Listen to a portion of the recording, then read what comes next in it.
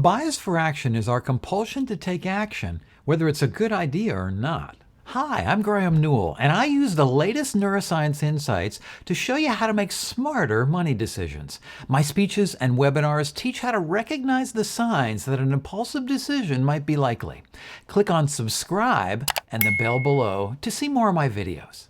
This bias for action shows up most powerfully after we experience a setback. Doing something, doing anything, makes us feel more in control.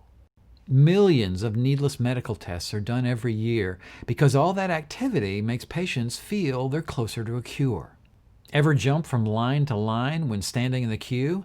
Staying put just feels too passive. Nervous flyers buy crash insurance. That purchase just makes disaster seem less likely. Ever been passed by that hothead driver jumping from lane to lane and going nowhere? The powerful drive of bias for action is the reason so many people put themselves in danger during the COVID pandemic. Despite the fact it's the best thing to do, staying home and doing nothing is just too maddening to tolerate. If only we could get out there and do something to fix it.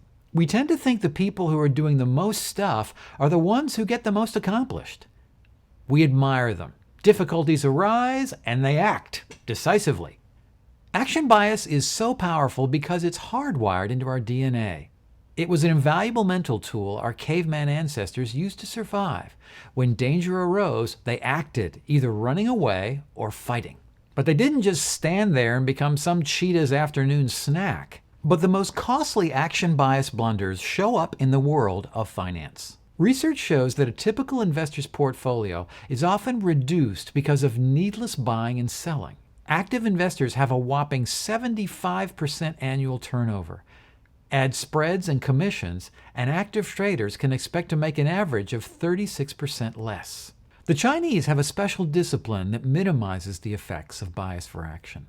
They call it Wu Wei. It roughly translates to non-doing. The idea is to harness the natural momentum of events.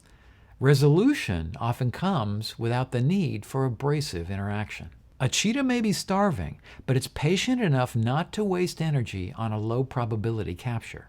Beating bias for action is about actively waiting for the right moment, then riding that big wave all the way to the shore.